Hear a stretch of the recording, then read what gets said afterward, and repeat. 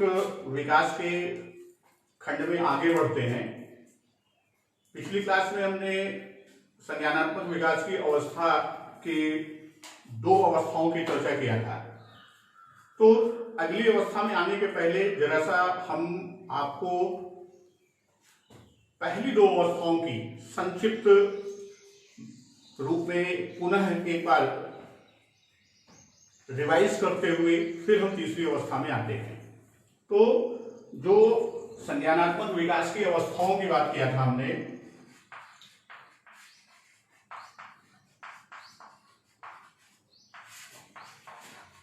संज्ञानात्मक विकास की अवस्था, पहली अवस्था की बात हमने किया था संवेदी प्रेरक, सेंसरी मोटर स्टेज। तो संवेदी प्रेरक अवस्था की सामान्य चीजें ये थी कि पहली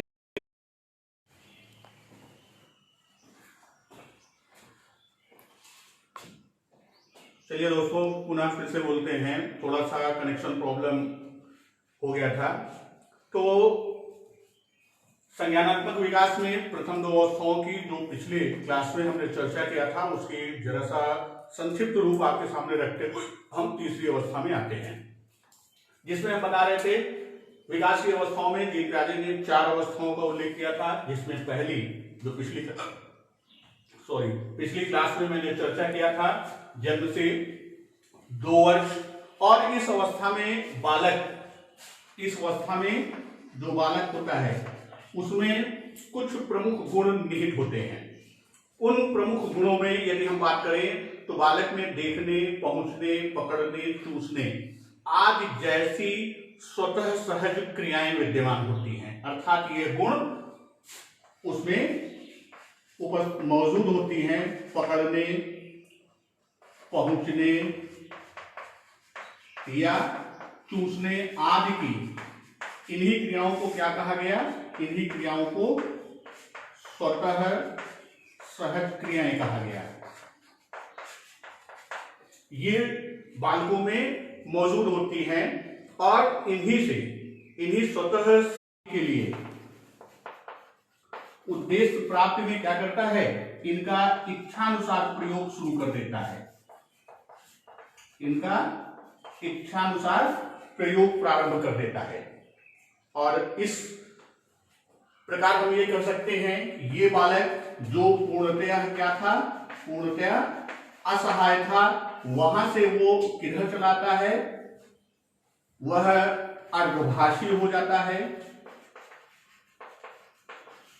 वह गतिशील स्थिति में आ जाता है, मोबिलिटी उसमें हो जाती है और सामाजिक दृष्टि से चतुर प्राणी बन जाता है। सामाजिक दृष्टि से क्या होता है? वह चतुर प्राणी बन जाता है।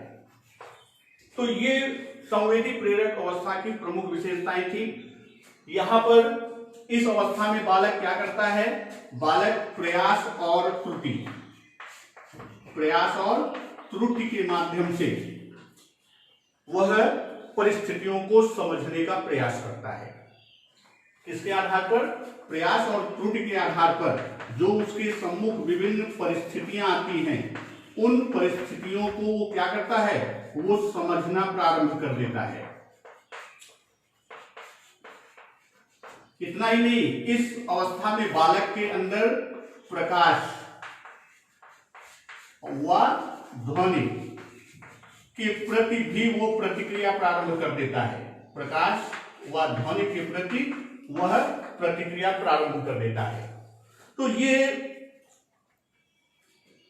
स्थिति जो होती है, जैसे यहां कहा गया अर्धभाषिक सेमी वर्बल, यानी वह ध्वनियों का प्रयोग तो शुरू कर देता है लेकिन वो शुद्ध भाषाई रूप नहीं होता, इसलिए इसे सेमी वर्बल या अर्धभाषी कहा गया।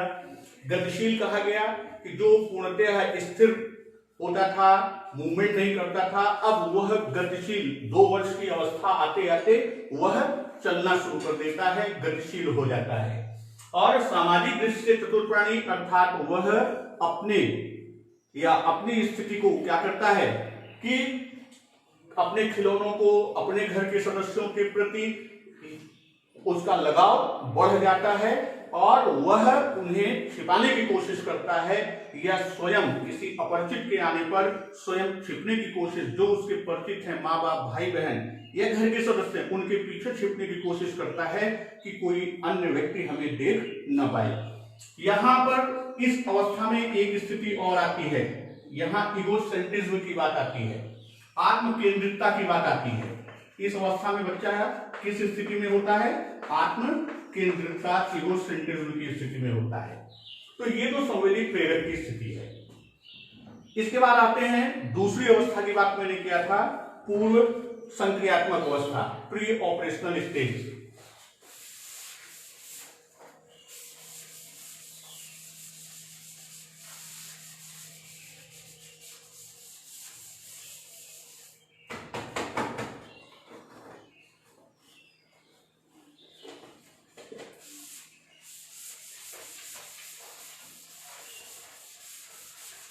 जो पूर्व संक्रियात्मक अवस्था है, दूसरी अवस्था है पूर्व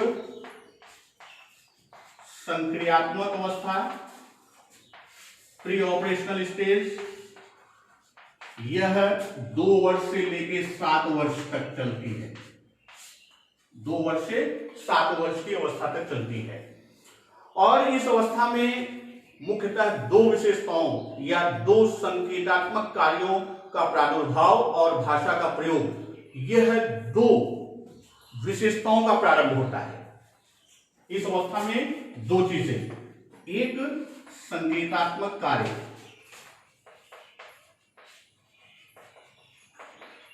का प्रादुर्भाव होता है, इमर्जेंस होता है, और दूसरा भाषा का प्रयोग।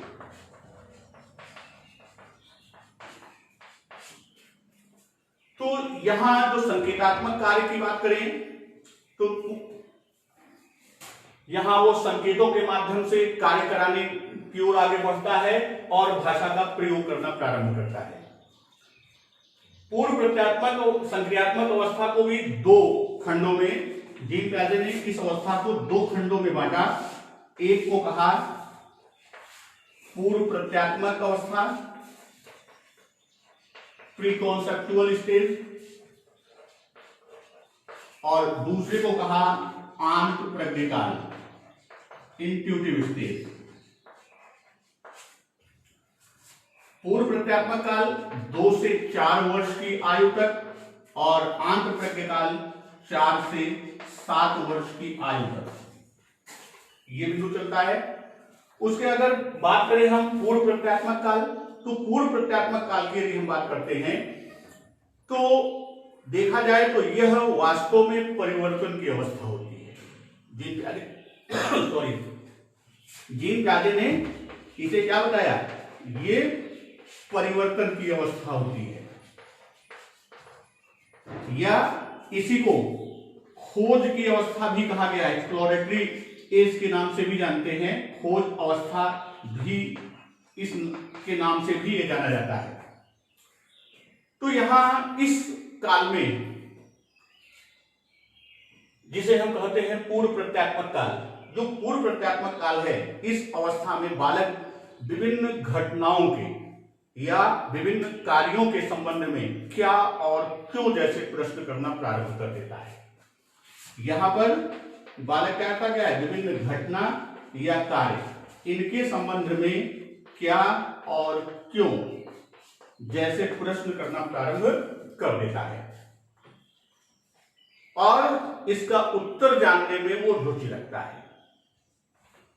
इन प्रश्नों का उत्तर जानने में वो विशेष रुचि रखता है, या दूसरी चीज कहें, जो अन्यों के द्वारा करते हुए देखता है या अन्यों के द्वारा होते हुए देखता है। इस अवस्था में एक चीज और कि जो अन्यों के द्वारा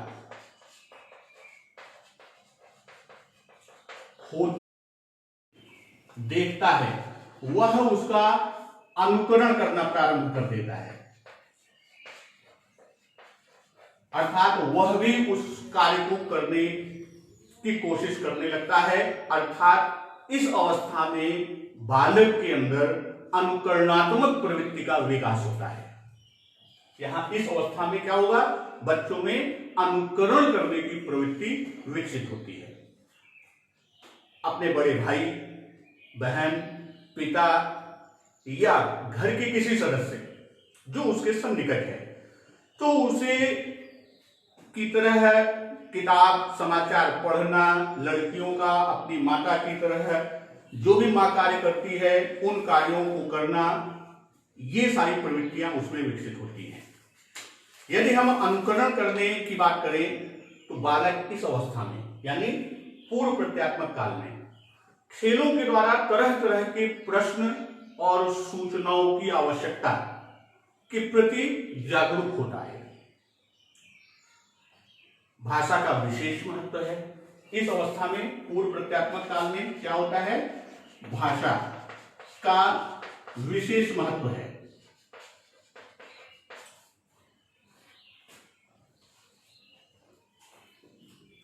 तीन वर्ष की आयु होते होते वह 8-10 शब्द या यूं कहते छोटे छोटे वाक्यों को बोलना प्रारंभ कर देता है। व्याकरण की दृष्टि से शुद्ध हो या न हो इसका कोई मायने नहीं, लेकिन वह छोटे छोटे वाक्यों को बोलना प्रारंभ कर देता है। और इस अवस्था में यदि हम बात करें तो जो भी बच्चा भाषाई विकास की बात हम करते हैं तो उसके लिए एक रिच वर्बल एनवायरनमेंट अर्थात समृद्ध भाषाई वातावरण का बहुत ही महत्व होता है, क्योंकि यहां भाषा का विशेष महत्व है। तो यहां किसका महत्व, किसकी आवश्यकता पड़ती है, एक समृद्ध भाषाई वातावरण का। जैसा वातावरण मिलेगा उसी के अनुसार उसका अधिगम होगा, तो उसके लिए एक समृद्ध यानी रिच एनवायरनमेंट, और वो भी कैसा, रिच वर्बल एनवायरनमेंट की आवश्यकता होती है। फिर हम बात करते हैं किसकी, आंतप्रज्ञ इंट्यूटिव स्टेज, जो कहां से कहां तक है, 4 वर्ष की आयु से 7 वर्ष की आयु तक होता है। तो यहां आंतप्रज्ञ के संबंध में, इंट्यूटिव के संबंध में जीन पियाजे का मानना था कि बिना किसी तार्किक विचार प्रक्रिया के, कोई भी तार्किक विचार प्रक्रिया नहीं करता, बिना किसी तार्किक विचार प्रक्रिया के किसी वस्तु या किसी विचार या किसी बात को वह तुरंत स्वीकार कर लेता है, अर्थात उसका मस्तिष्क उसे वैसे ही स्वीकार कर लेता है बिना किसी तार्किक विचार प्रक्रिया के। तो इस अवस्था में जो मुख्य चीज आई कि वह क्या करता है, बिना तार्किक विचार प्रक्रिया के वह क्या करता है, बालक का मस्तिष्क वैसे ही स्वीकार कर लेता है। बालक का मस्तिष्क यथावत जैसा है वैसा ही स्वीकार कर लेता है, अर्थात बिना सोचे विचारे, बिना तर्क किए, जैसा उसे वस्तु दिखाई दी, जैसी बात सुनने को मिली, जैसा विचार मिला, वो उसे ग्रहण कर लेता है। तो यदि पिछली क्लास को आप देखिए तो उसमें मैंने उदाहरण दिया था 2 रेखाओं का, कि यदि बच्चे के सामने 2 रेखाएं खींच दी जाएं, यदि बच्चे के सम्मुख 2 रेखाओं को खींच दिया जाए, ऊपर की रेखा पहली और ये दूसरी, और बच्चे से पूछा जाए कौन सी रेखा बड़ी है, तो वह तुरंत नीचे वाली रेखा को बताएगा कि यह रेखा बड़ी है। तो इस आधार पर यदि हम बात करें तो वास्तव में देखा जाए तो दोनों रेखाएं क्या हैं, दोनों रेखाएं बराबर हैं। फिर भी बालकों द्वारा दिया जाने वाला उत्तर आंतप्रज्ञ की 3 विशेषताओं को परिलक्षित करता है, या 3 विशेषताएं हैं जो आंतप्रज्ञ चिंतन की ओर परिलक्षित करती हैं या उनके लिए उत्तरदायी होती हैं। वो 3 विशेषताएं कौन सी है? पहला, कि विभिन्न प्रत्ययों की समझ, जो भी कॉन्सेप्ट हैं, जो भी प्रत्यय हैं, उनकी समझ किस बात पर निर्भर करती है कि वे प्रत्यक्षतः क्या देख रहे हैं, अर्थात जो उन्हें प्रत्यक्षतः दिखाई देगा वह उसी को स्वीकार कर लेंगे। दूसरी बात यह कहता है कि किसी परिस्थिति, घटना, वस्तु की बात जो हम करते हैं उसका जो सबसे प्रबल गुण होगा, जो सबसे प्रबल या स्पष्ट रूप से दिखाई देने वाला पक्ष होगा, वही क्या करेगा, उन्हीं पर आधारित होगा और बालक विभिन्न पक्षों के मध्य में तालमेल, सामंजस्य बैठाने में असमर्थ होता है। और जैसे ये स्थिति है तो वह या तो दाईं तरफ देखेगा या बाईं तरफ देखेगा, एक ही पक्ष को देखकर वह उसका उत्तर दिया। तो जो उसे दिखाई दिया बड़ी रेखा जो आगे खींची है उसी को बता दिया कि ये बड़ी रेखा है। तीसरी विशेषता जो परिलक्षित होती है चिंतन की, आंतप्रज्ञ चिंतन की बात करता है। इस अवस्था में उसकी विचार प्रक्रिया क्या होती है, अविलोमीय, इरिवर्सिबल होती है। अविलोमीयता का आशय यह है कि चिंतन के मानसिक क्रम में प्रारंभिक बिंदु पर लौट न पाना, अर्थात वह चिंतन के क्रम में मस्तिष्क के प्रारंभिक बिंदु पर वह लौट नहीं पाया, इसलिए अर्थात इस रेखा को पीछे की ओर देख के वो नहीं समझ पाया कि दोनों रेखाएं वास्तव में क्या हैं, बराबर है। तो यह इसकी अविलोम्यता की स्थिति को प्रदर्शित करता है। अब हम बात करते हैं इससे आगे, यहां तक कि मैंने चर्चा किया था। आगे बात करते हैं कि आंतप्रज्ञ की समाप्ति के एक विशेष गुण या एक सिद्धांत बच्चे में आता है जिससे यह परिलक्षित होता है कि वह आंतप्रज्ञ से किसमें चला गया, मूढ़ संक्रियावस्था में। तो बच्चे में दो मानसिक योग्यताओं का विकास होता है। बच्चों में दो मानसिक योग्यताओं का विकास होता है। पहला विलोमीयता, रिवर्सिबिलिटी, और दूसरा है तार्किक गुणिता, लॉजिकल मल्टीप्लिकेशन। ये दो गुण जो मानसिक योग्यताएं हैं, इनका विकास यदि होता है तो इसका मतलब है कि बच्चे में संरक्षण सिद्धांत का ज्ञान हो गया। कौन सा सिद्धांत? संरक्षण सिद्धांत। संरक्षण सिद्धांत का मतलब प्रिंसिपल्स ऑफ कंजर्वेशन, संरक्षित करने का, संरक्षण सिद्धांत। और संरक्षण सिद्धांत क्या कहता है? संरक्षण सिद्धांत का आशय क्या है? संरक्षण सिद्धांत ये कहता है किसी वस्तु की मात्रा पर उस वस्तु के आकार में परिवर्तन करने, वस्तु को टुकड़ों में बांट देने या टुकड़ों में विभक्त कर देने से उस पर कोई प्रभाव नहीं पड़ता। अर्थात यहां ये कह रहा है कि उसके आकार में परिवर्तन कर दें या उसको हिस्सों में बांट दें या टुकड़ों में बांट दें तो उसकी वस्तु के ऊपर कोई प्रभाव नहीं पड़ता। तो संरक्षण सिद्धांत पर जीन पियाजे ने कई खंडों पर अध्ययन किया, उसके आयतन पर, उसकी मात्रा पर, उसके भार पर, उसकी संहति पर। अब यहां हम कुछ उदाहरण आपको दे रहे हैं, जैसे दो आटे की गोलियां ले लें या गीली मिट्टी की गोलियां बना लें, दो, ये दो गोलियां बराबर हैं, ए और बी। दूसरी स्थिति में पहली गोली वैसे ही रहने दे, दूसरी गोली को चपटी कर दे। यहां पर यदि बच्चे में संरक्षण सिद्धांत का ज्ञान है तो वह इन दोनों में कोई अंतर नहीं करेगा, यानी दोनों समान रूप में हैं। जैसे घर में मैं उदाहरण दे रहा हूं कि अगर आप मिठाई लेके आइए, घर में दो बच्चे हैं, एक मिठाई फुल पीस में है और दूसरी मिठाई दब गई है और वो फैल गई है, तो आप हमेशा ये देखेंगे कि अगर बच्चे को संरक्षण सिद्धांत का ज्ञान नहीं है तो वो कहेगा कि नहीं, हम फुल पीस वाली मिठाई लेंगे, ये मिठाई उतनी नहीं है। दूसरी स्थिति बात करें कि यदि आप छोटे बच्चों को आयतन के संरक्षण का ज्ञान करा रहे हैं कि दो गिलास आप लीजिए, एक का आधार का व्यास ज्यादा हो और दूसरे में आधार का व्यास कम हो। इसमें बराबर मात्रा में आप अगर भरते हैं क्या कोई भी उसका प्रिय पेय पदार्थ, तो वो हमेशा इस ग्लास को पसंद करेगा कि क्योंकि वो कहेगा इसमें मात्रा ज्यादा है, जबकि वास्तविकता देखा जाए तो दोनों में मात्राएं अधिक हैं। अर्थात बच्चे को अभी आयतन के संरक्षण का ज्ञान नहीं है। तो यही कहता है कि संरक्षण का सिद्धांत क्या है, उस पर हमने 2 उदाहरण दिया।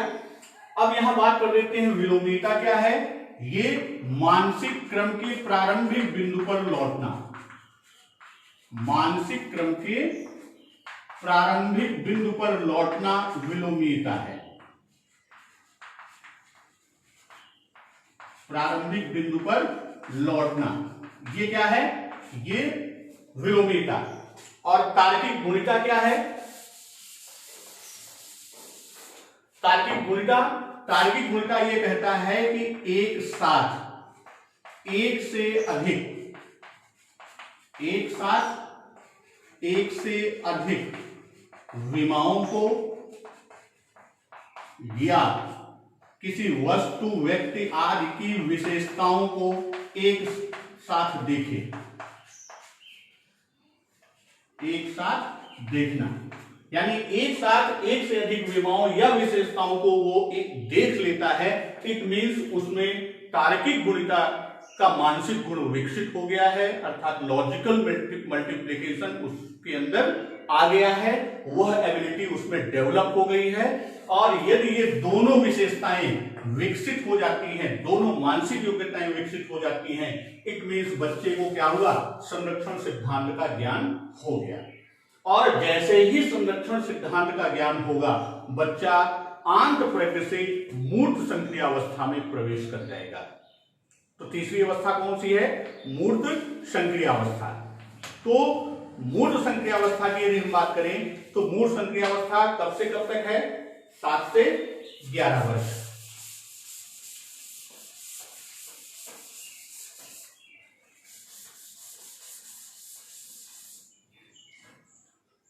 तीसरी अवस्था मूर्त संक्रियावस्था। तो मूर्त संक्रियावस्था क्या कहती है?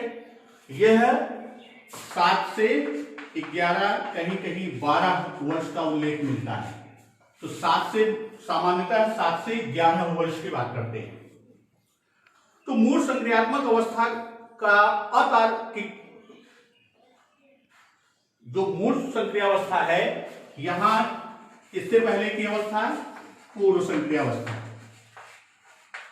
तो पूर्व संक्रियावस्था का अतार्किक चिंतन,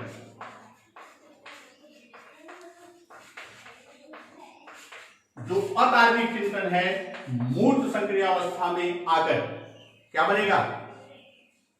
संक्रियात्मक तार्किक विचारों का स्थान लेते लगता है। अर्थात यहां पर उसकी संक्रियाएं कैसी होंगी? उसकी संक्रियाएं तार्किक रूप में चलने लगेंगी या तार्किक चिंतन करने लगेगा। छोटे छोटे विलोमीय पदों की श्रृंखला पर विचार करता है। इस अवस्था में बच्चा क्या करता है? छोटे छोटे विलोमीय पदों, विलोमीयता का अभी हमने बताया था, विलोमीय पदों का या कह सकते हैं कि पदों की श्रृंखला, छोटे छोटे विलोमीय पदों की श्रृंखला की बात करना शुरू कर देता है। मूर्त वस्तु के संबंध में वह संक्रियाएं किस प्रकार की? तार्किक संक्रियाएं करता है। जो वो तार्किक संक्रिया करेगा वह किस पर करेगा? मूर्त वस्तु के ऊपर, अर्थात जो उसे दिखाई देता है, मूर्त वस्तु पर, अर्थात मूर्त तार्किक चिंतन वो प्रारंभ कर देता है। तो बच्चा माप सकता है, बच्चा तौल सकता है, गिन सकता है, अर्थात जब सूचनाएं या विचार या वस्तु मूर्त होती हैं तब वे ठीक ढंग से उसकी तुलना भी कर लेता है। अब मूल संक्रियावस्था की बात करें तो इस दौरान बालक में 3 गुणात्मक मानसिक योग्यताओं का विकास होता है। 3 कौन सी 3 योग्यताएं हैं? पहली, विचारों की विलोमीयता। पहली विशेषता है विचारों की विलोमीयता। विलोमीयता बताने की आवश्यकता नहीं, पूर्व में बात कर चुके हैं कि रिवर्सिबिलिटी ऑफ थॉट की बात करते हैं। दूसरा, संरक्षण। दूसरा कौन सा विकास हुआ? उसमें संरक्षण का गुण विकसित हुआ। और तीसरे की बात करते हैं तो तीसरी विशेषता है वह है क्रमबद्धता व पूर्ण अंश प्रत्ययों का उपयोग।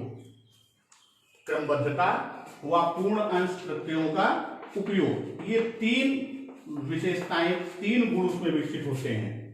या पूर्ण अंश प्रत्ययों का उपयोग,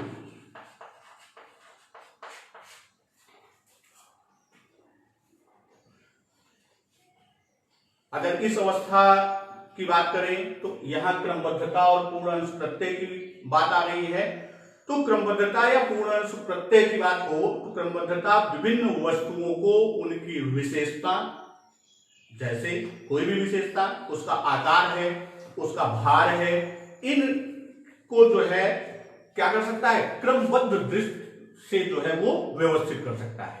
आकार के आधार पर, भार के आधार पर, संख्या के आधार पर, आयतन के आधार पर वह इन्हें क्रमबद्ध यानी एक सीक्वेंस में लगा सकता है, असेंडिंग या डिसेंडिंग के रूप में। छोटे और बड़े के प्रत्यय को वह अर्जित कर लेता है। एक साथ वह अंश और पूर्ण दोनों के संबंध में विचार करना प्रारंभ कर देता है।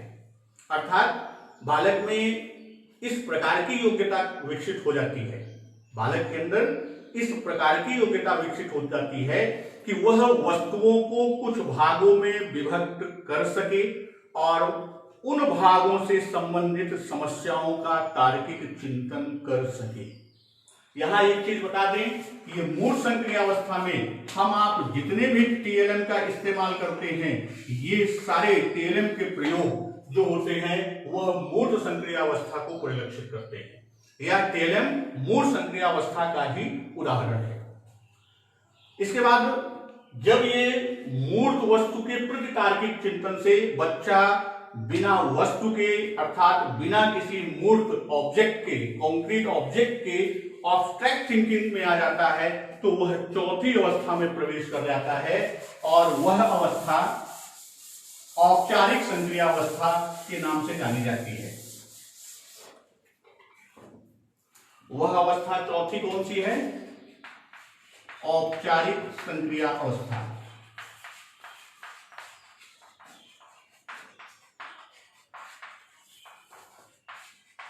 Formal operational stage. और यह अवस्था जो औपचारिक संक्रिया अवस्था है, यह अवस्था आपकी 11 से 15 वर्ष तक चलती है। यह अवस्था कब से कब तक है? 11 से 15 वर्ष। जैसा बताया, इस अवस्था के दौरान अमूर्त तथ्यों के संबंध में, अमूर्त बातों के संबंध में, अमूर्त विचारों के संबंध में उसकी योग्यता विकसित हो जाती है। किसकी? चिंतन करने की। मूर्त वस्तु सामग्री के स्थान पर अब वह शाब्दिक और सांकेतिक अभिव्यक्ति का प्रयोग अपनी तार्किक चिंतन में करना प्रारंभ कर देता है। समस्या समाधान व्यवहार अधिक व्यवस्थित हो जाता है। बालक निष्कर्ष निकालने में सक्षम हो जाता है, अर्थात वह निष्कर्ष निकालना प्रारंभ कर देता है और उसका कार्य त्रुटि और प्रयास पर आधारित न होकर बल्कि वह भविष्य के संबंध में अपने विचारों को भी प्रक्षेपित करना शुरू कर देता है, उसका निर्माण करना शुरू कर देता है और भावी संभावनाओं के संबंध में तर्क करने लगता है। तो इस प्रकार औपचारिक संक्रियावस्था में बालक कुल बौद्धिक संगठन, उसका जितना भी बौद्धिक संगठन है वह अधिक क्रमबद्ध हो जाता है। या ये भी कर सकते हैं कि जो उसका संज्ञानात्मक विकास के विभिन्न क्रम हैं वो पूर्णतया संगठित रूप में आ जाते हैं। पियाजे द्वारा अगर हम बात करें चारों अवस्थाओं की, तो वह क्रमशः प्रारंभ से लेकर और अंत की ओर जटिल होती जाती है। अब हम इन अवस्थाओं के आधार पर इनकी कुछ सामान्य बिंदुओं की बात कर देते हैं, कुछ सामान्य तथ्यों की बात कर देते हैं, जहां से कई बार प्रश्न आते हैं। प्रश्न से मुझे याद आया कि कल आपकी क्लास लाइव क्लास जैसे चलती है, इसी तरह लाइव क्लास चलेगी 2 से 2:45, 2:50 जो भी आपका समय लाइव क्लास का चलेगा। उसके बाद ठीक 3:30 बजे आपको इसी फेसबुक पेज पर एक लिंक और एक पासकोड भेजा जाएगा। जो साथी जिस जगह से जुड़े हुए हैं, चाहे वो फेसबुक पेज से जुड़े हों, आप व्हाट्सएप ग्रुप में जुड़े हों या आप टेलीग्राम ग्रुप में जुड़े हों, हर जगह आपको 3:30 पर एक लिंक और एक पासकोड मिलेगा। आप उस लिंक को ओपन करेंगे और उसमें अपना नाम और पासकोड जो दिया रहेगा उस पासकोड को एंट्री करके और प्रोसीड यानी आगे बढ़ें को क्लिक करेंगे तो आपका प्रश्न पत्र ओपन हो जाएगा, खुल जाएगा और आप एक प्रश्न को करके आगे बढ़ते जाएंगे तो आपका उसी क्रम में दूसरा प्रश्न ओपन होता जाएगा और आपको 30 प्रश्न मैं दूंगा और 30 प्रश्न के लिए 30 मिनट का समय रहेगा। यहां एक चीज ये ध्यान रख लीजिएगा कि 30 मिनट से अगर आपने ज्यादा का समय फाइल को ओपन किया, लिंक को ओपन किया, तो आपके सारे उत्तर इनवैलिड शो कर देंगे। तो 30 मिनट के अंदर करना है और आपको 45 मिनट का समय दिया जाएगा। मान लीजिए कोई साथी 2 मिनट, 5 मिनट, 10 मिनट लेट आता है तो मैं 45 मिनट तक का समय रखूंगा और 45 मिनट के बाद वह पासकोड अमान्य हो जाएगा और आपकी लिंक बंद हो जाएगी। तो आपको टोटल मार्क्स यानी कितने प्रश्न आपके सही हैं हल करने के तुरंत बाद आपको ज्ञात हो जाएगा और मैं नेक्स्ट डे यानी परसों की क्लास में जो टॉप 10 होंगे उनके नाम लेते हुए उनकी वस्तु स्थिति को आपके सामने रखूंगा और जो भी ग्रुप है उस ग्रुप में मैं पीडीएफ के रूप में सभी साथियों का रिजल्ट सेंड कर दूंगा। तो दोस्तों कल ये ध्यान रखिएगा कि 3:30 PM यानी अभी अपराह्न के 3:30 बजे कल आपको लिंक और पासकोड जाएगा। उसको फिलअप करके लिंक को आप क्लिक करेंगे तो खुलेगा और उस पर नाम और पासकोड एंट्री करना होगा। इन दोनों को एंट्री करके आप प्रश्न के अंदर यानी आपका प्रश्न पत्र ओपन होगा और आप अपने प्रश्नों का उत्तर देंगे। तो चलिए ये सूचना थी और इस पे विशेष ध्यान रखिएगा क्योंकि ये बीच बीच में आपका मॉक टेस्ट रहेगा तो उससे हमको एक सुविधा मिलेगी कि अगली रणनीति यानी अगली टीचिंग टेक्निक, अगला मेथड हमारा क्या हो, किस तरह से हम कंटेंट को आपको दें, उसको समझने में मुझे सहजता होगी। चलिए यहां एक चीज और हम बात कर दें कि जो ये जीन प्याजे के संज्ञानात्मक विकास की चारों अवस्थाओं का मैंने वर्णन किया, इनको कि इनके द्वारा कुछ चारों अवस्थाओं से संबंधित कुछ तथ्यों की हम बात करते हैं। जैसे पहली अवस्था कौन सी थी? पहली अवस्था संवेदी प्रेरक या सेंसरी मोटर। ये कब से कब तक थी? जन्म से 2 वर्ष। इस समय बालक का विचार कैसे होता है? इस समय बालक का विचार संवेदनात्मक यानी संवेदनाओं पर ही वो कार्य करता है। इस समय उसकी जो क्रियाएं होती हैं, जिसके लिए मैं मुख्यतः अवस्थाओं द्वारा विभिन्न अवस्थाओं में बालकों द्वारा की जाने वाली जो क्रियाएं या उनकी अवस्थाओं की विशेषताएं हैं, उनका मैं एक 2 बिंदुओं में दे रहा हूं। वहां से प्रश्न बहुत निकलते हैं। जैसे संवेदी प्रेरक अवस्था, संवेगात्मक गामक अवस्था, संवेदनात्मक गत्यात्मक, विभिन्न नाम से जो जानते हैं। तो इस अवस्था में जो प्रमुख क्रिया की जाती है, इस समय की सबसे पहली विशेषता क्या होती है? बच्चों में पूर्व शाब्दिक, इस समय स्थिति उसकी क्या होती है? पूर्व शाब्दिक, अर्थात वह ध्वनि तो निकालता है लेकिन शब्द नहीं, बल्कि दो अवस्था आते आते वह सेमी वर्बल भी हो जाता है, अर्धभाषी होता है पहली। दूसरी चीज वो करता क्या है? वह गतियों की पुनरावृत्ति करता है, अर्थात कोई भी कार्य करता है तो वह उसे बार बार करता है, वह गतियों के पुनरावृत्ति की बात करता है। और प्रयत्न और भूल का व्यवहार करता है, ट्रायल एंड एरर की बात करता है, प्रयास और त्रुटि। तीसरी चीज क्या है? यहां पर बच्चा क्या करता है? प्रयास त्रुटि का व्यवहार करता है। फिर दूसरी अवस्था आपकी थी पूर्व संक्रियात्मक अवस्था। पूर्व संक्रियात्मक अवस्था क्या है? कब से कब तक? पूर्व संक्रियात्मक अवस्था 2 से लेकर 7 वर्ष। इस समय बच्चे की स्थिति क्या होती है? कौन सी विशेषता पूर्व संक्रियात्मक में? सबसे पहली चीज अहम केंद्रितता। यहां पर बच्चे में क्या आ जाता है? अहम केंद्रितता। दूसरी चीज नकल करने की प्रवृत्ति, नकल के बाद अनुकरण में चला जाता है। यहां दूसरी स्थिति क्या आती है? नकल की प्रवृत्ति आ जाती है। और क्या होता है? दूसरी अवस्था में प्रत्यक्षात्मक कल्पनात्मक खेल आ जाता है और अस्थिर अनौपचारिक तार्किकता आती है, अस्थिर अनौपचारिक तार्किकता। उसी तरह तीसरी अवस्था आपकी आती है कौन सी? मूर्त संक्रियावस्था।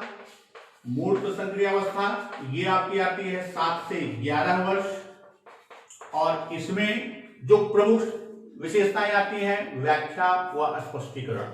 इसमें जो प्रमुख चीजें आती हैं क्या है? व्याख्या व स्पष्टीकरण। और क्या आएगी? इस समय संरक्षण व परीक्षण, क्रमबद्धता निर्मित करना, ऑर्डरिंग की बात करता है, रूपांतरण वर्गीकरण करना या अति काल्पनिकता, ये आएगा किसमें? मूर्त संक्रियावस्था। और चौथी अवस्था जो आपकी औपचारिक संक्रियावस्था है, वहां वह तर्क का अनुप्रयोग करना प्रारंभ कर देता है, निष्कर्ष निकालना प्रारंभ कर देता है, शाब्दिक परिकल्पना बनाता है, आदर्शात्मक चिंतन की बात करता है, दूसरों के साथ जुड़कर या दूसरों के साथ लगकर कार्य करना प्रारंभ कर देता है। तो ये था दोस्तों जीन प्याजे का संज्ञानात्मक विकास का सिद्धांत। और कल जब हम मिलेंगे तो अब सिद्धांतों को हम बाद में लेंगे। एक सबसे महत्वपूर्ण खंड है वह है अधिगम। तो कल से हम लोग अधिगम की ओर आएंगे। तो सबसे पहले अधिगम है क्या और उसकी प्रक्रिया क्या है, इन बातों का अध्ययन करेंगे। फिर हम अधिगम के एक एक सिद्धांत को एक एक दिन में लेके चलेंगे। धन्यवाद।